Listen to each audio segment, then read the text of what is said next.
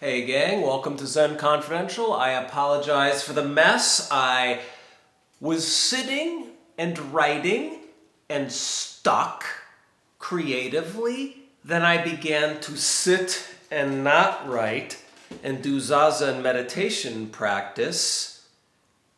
My mind blanked in a good way. There was a gap, and in that gap, an idea arose. And then I was able to continue writing.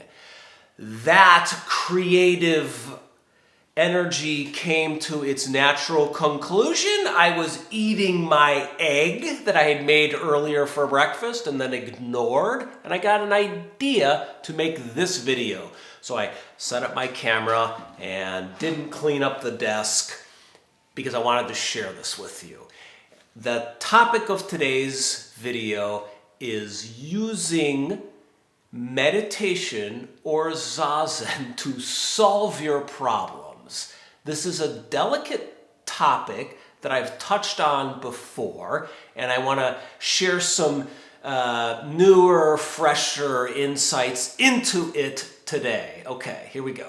One of the great gifts of Zazen, of a meditation practice, is that it calms your mind.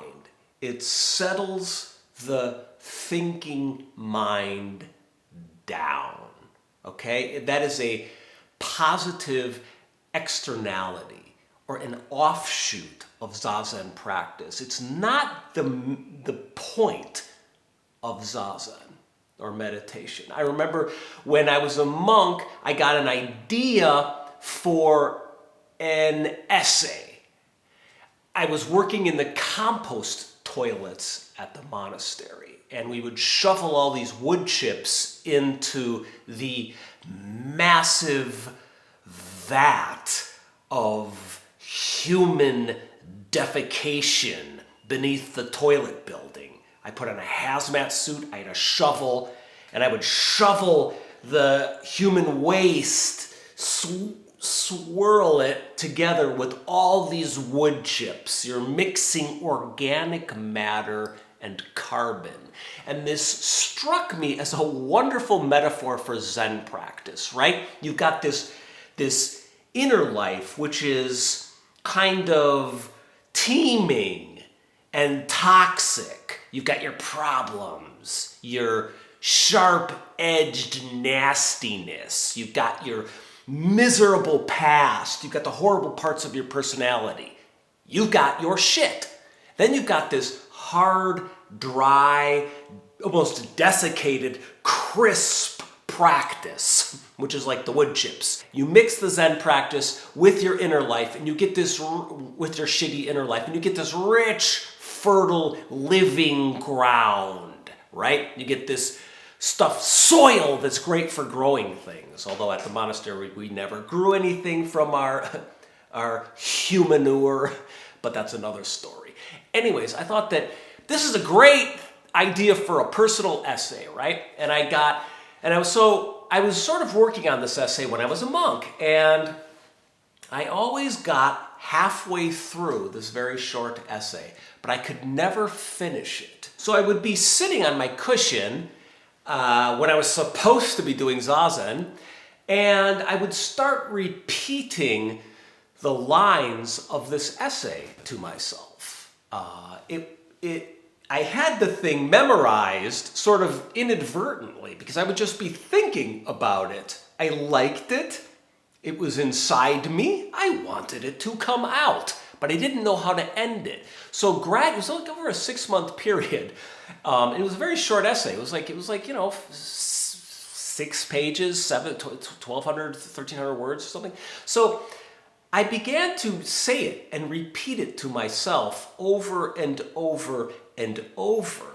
And eventually something shifted, and I was able to complete this essay. And I believe that it was sitting with the material on the cushion and thinking/not thinking about it. So I'm going to get to what Zazen is in a little bit. But I first want to say what I was taught Zazen isn't. So Zazen or meditation isn't a life hack of some kind. It's not a tool to make you better at your job, to make you more creative in life. It is not instrumental. Like, you can't use Zazen for a purpose, because then it's not Zazen and it doesn't work. So I hope I'll be able to get across to you now the fact that you have to do Zazen for Zazen's sake. You can't do it for a reason, an instrumental reason, because then it doesn't work. You're cheating. It's like, I don't know how to put it. It's like you're prostituting your practice, right? So you have to know how to sit Zazen, in my experience, and you have to do Zazen generally without an aim, okay? So that means you sit on your cushion and you take your posture and you do the deep inhale and the deep exhale, and your thinking mind arises. Let's say you have a problem, and the problem is, how do I finish this essay? It's a life and death situation. I'm a loser. I've never published anything. Everyone's laughing at me because I didn't do this, but I got my master's at Iowa Writers School, and I've got this great idea for an essay. And you bring, for example, let's say you bring all this energy to the cushion, right? And then you sit down. Well, your job is not to feed that energy. Your job is not to repress that energy. Your job is simply to do just sitting. That has to be the foundation for your meditation. Just sitting. And that activity of sitting is the inhale and the exhale. Basically, sitting has two parts, posture and breath. And that's really just one part. The breath is animating the posture. The posture is the skeleton holding up the breath, if you will. Now, it is my contention that a person doesn't meditate. I can't meditate.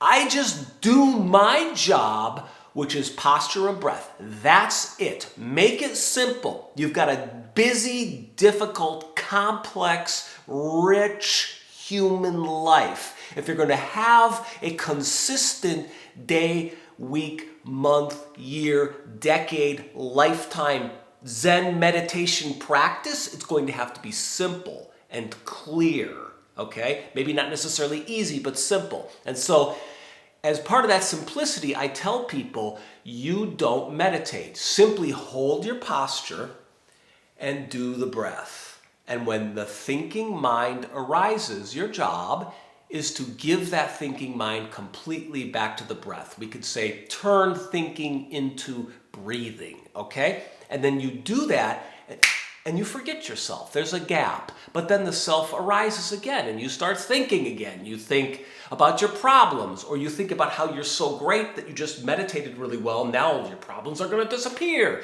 And eventually, your Buddha nature will manifest. Awakening will happen, and you'll realize, you will see, oh, I was thinking again. And perhaps you'll notice the room around you because you were pulled away by your thoughts, right? You were pulled away, but that natural Buddha nature will manifest. You will awaken. You will see the mind in its operations. And then your job is to give yourself completely back to the breath and manifest that posture and manifest complete exhale and complete inhale. That's the foundation. But sometimes I find that I come to the cushion with a problem. I'm a guy with a life in what is called the human world.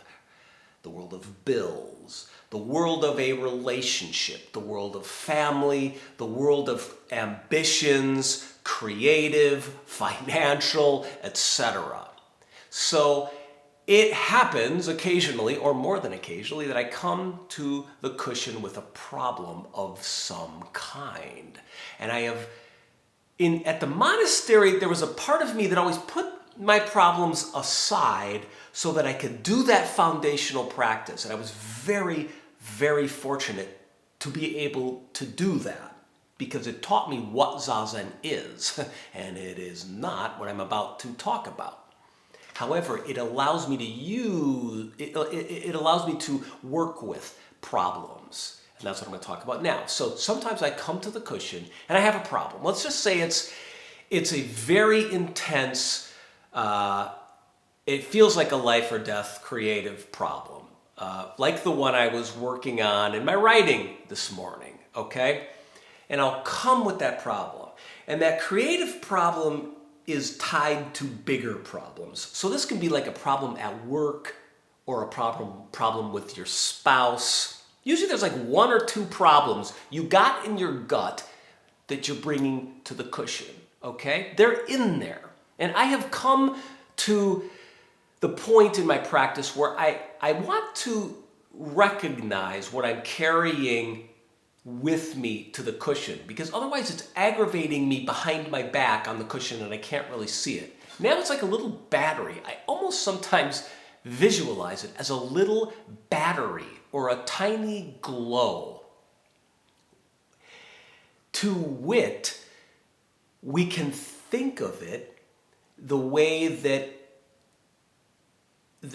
in the Koan, the problem of the koan is referred to as a glowing, hot ball of molten iron that is sitting in the diaphragm of the Zen practitioner. So that's the koan in this koan. The koan, the Koan, talks about how you've got a problem, and the problem is the koan, but let's say it's any problem. One of the great things about Rinzai Zen practice is that it taught me to sit with a problem that's unsolvable, right? That unsolvable problem was the koan.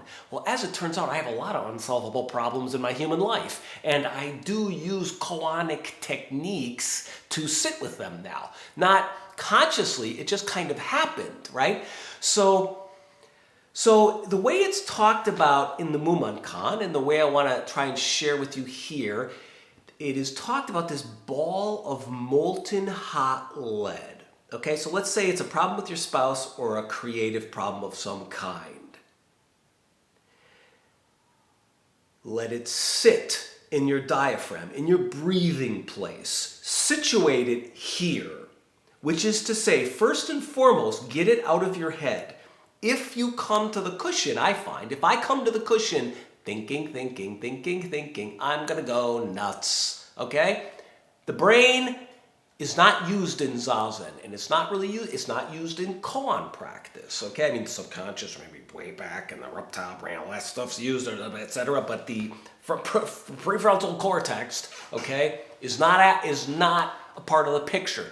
You cannot solve a koan with logic, with thinking, with perseverating, etc. So, the idea in the koan is get it out of here. Breathe, right? Remember what I talked about. The foundation of your practice is that breath. Breathe it down into the pot-bellied stove of your diaphragm. Breathe the problem down there. Now, after you do your foundational practice for a while, you know what I'm talking about. You're thinking with your belly, yeah? I asked a monk once, you can't think at all on the cushion? He said, think all you want, just think with your diaphragm, think with your belly. That's where you're holding the problem that you've brought to the cushion. Now, again, please focus on your foundation as a practitioner, always, always, always, always. But if you find you really have a problem that you just can't stop thinking about, then breathe it down into your diaphragm and hold it there. And you just feel its presence. You feel the shape of the problem. You feel what it feels like to have this problem, right? You feel it because you know. And this is holding your problem, your personal koan, we could call it, the koan you've given yourself, like how do I solve this creative issue? You know, in my case, how do I solve this creative problem? Then I know what it feels like to have this creative problem eating away inside me, and I hold it here.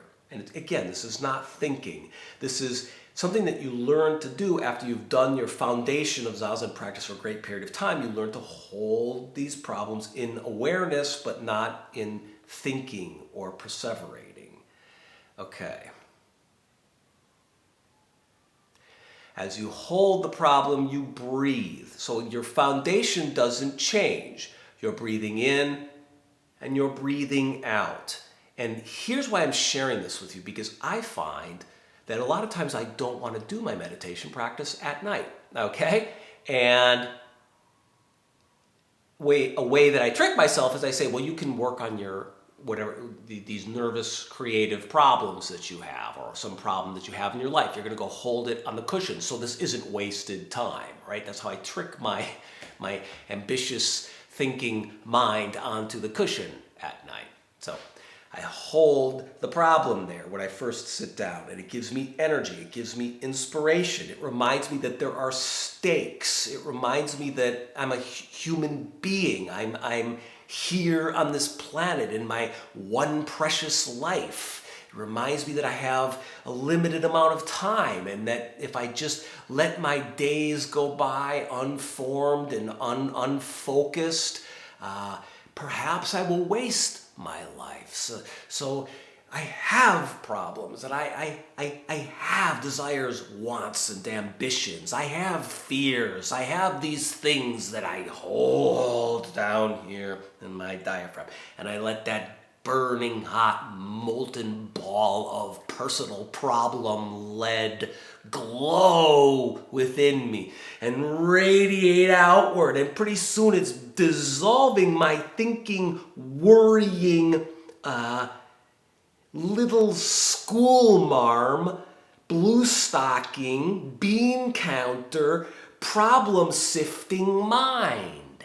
And I'm cooking on the cushion is what we used to call it in the meditation hall at the monastery. You're cooking on the cushion.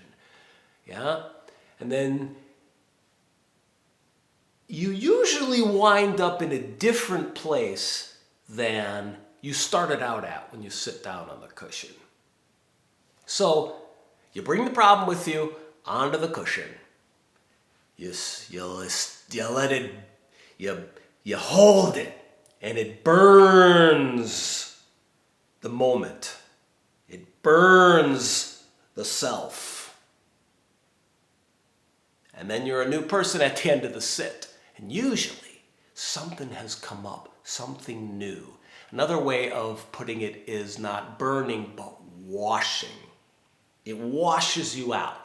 It washes you clean, like the rain on a dirty street in Los Angeles, which never gets rain. And then it used to rain, and it would wash all the streets of all the grime and grit and pollen, right? Wash it clean. You could see the rivulets of yellow pollen running into the gutters, finally, right? Cleans it, washes it, or to use a computer analogy, it's like hitting the reset button. You're ding-ding-ding-ding-ding-ding-ding, running in vicious circles, operating on doom loops inside your head, repeating the same storylines with the same characters and the same actors and the same solutions and the same questions, right? Over and over and over and over. And you sit down and you open a gap, right? And that mind disappears, right? And that is how new solutions arise. As Einstein said, you don't solve problems with the same mind that created the problem, right? You can't. You gotta wipe that mind out. No self. A gap. The shunyata, emptiness, right? So that's the foundation of the practice, and not to be instrumentalist, but that's what the practice allows us to manifest, is our true nature, which is no self, right? But we get stuck, like I said, in these doom loops or these vicious circles, repeating the same problems over and over in our head and coming up with the same solutions and just kind of running a tape in the back of our head, right? Running those amygdala, reptile brain, like these ghosts back there speaking to us, ghosts of our problems, right? And meditation practice, it allows us to embody, to take our seat and be in our bodies and to call forth these demons that are chatting in the back of our heads, bothering us, these problems that we have. And creative solutions arise. So, again, in sum, this is not the purpose or the point of Zazen meditation. And in my experience, meditation is slippery, if you will, and it can't be used for instrumentalist purposes, but like to get something, okay? It's like trying to get something out of a relationship with your spouse or your kids or your parents or something. Sooner or later that fails. You have to approach with a spirit of giving, right? And you can use your problems to energize your sit, to remind yourself, as I said, that you have one precious life to live, and that there are stakes, and that you do have a reason that you're sitting. So don't waste your time on the cushion. Hold those reasons. Hold those human problems that you're working on. Maybe hold one problem in particular, which can be like if you're feeling lazy or unmotivated to sit, which could be like a battery or a power source or a molten ball of hot lead to power your sit. Sit. Hold the problem. Breathe in, breathe out, breathe in, breathe out. And the subconscious is working now as you're giving yourself completely to this simplest activity possible, which is just sitting and breathing. And of course, we know every creative coach or genius, artistic genius, will tell us that the solution to their problems don't come when they're sitting there working on them. The solution to the problem come when they're out taking a walk, when they're sitting in the shower sudsing their hair like I suds my hair, right? When they're doing their jog, or they're boxing, or they're dancing. Suddenly the idea comes because the conscious brain has released the problem on the doorstep of the subconscious. The subconscious could perhaps be another term for shunyata, or God, or the muse, right? The conscious mind picks up the heavy problem and it brings it to the doorstep. It brings the koan to the doorstep of the unconscious. And then it leaves it there because it can't do anything more. And it gives itself to this activity, in the case of Zazen, of just breathing in and out. And that conscious mind, that self, dissolves. And from that dissolution, oftentimes a very beautiful answer to the problem arises. Something new arises. A new moment, a new self, a new world, and a new me. That's what I was taught happens when you dissolve the ego completely. When you die completely into the cushion, as my mentor used to say. I hope that was helpful to you. If you have any questions about this talk or about this process of sitting with your problems, leave them in the comments section below. I'm not totally sure if I made myself clear today. If you want to support this channel, you can go to patreon.com/shozan. That is increasingly how I make my living, and it is at this point a very important piece of my income. And so I thank you for your support there. But I offer these videos for free. I love to make them, and I love hearing back from you. I love it when I see a few more people have followed this channel, because it means that it's alive and active and people are getting something out of it. So hit subscribe and hit the like to this video. That will help this channel. Otherwise, friends, I will see you later. Happy sitting.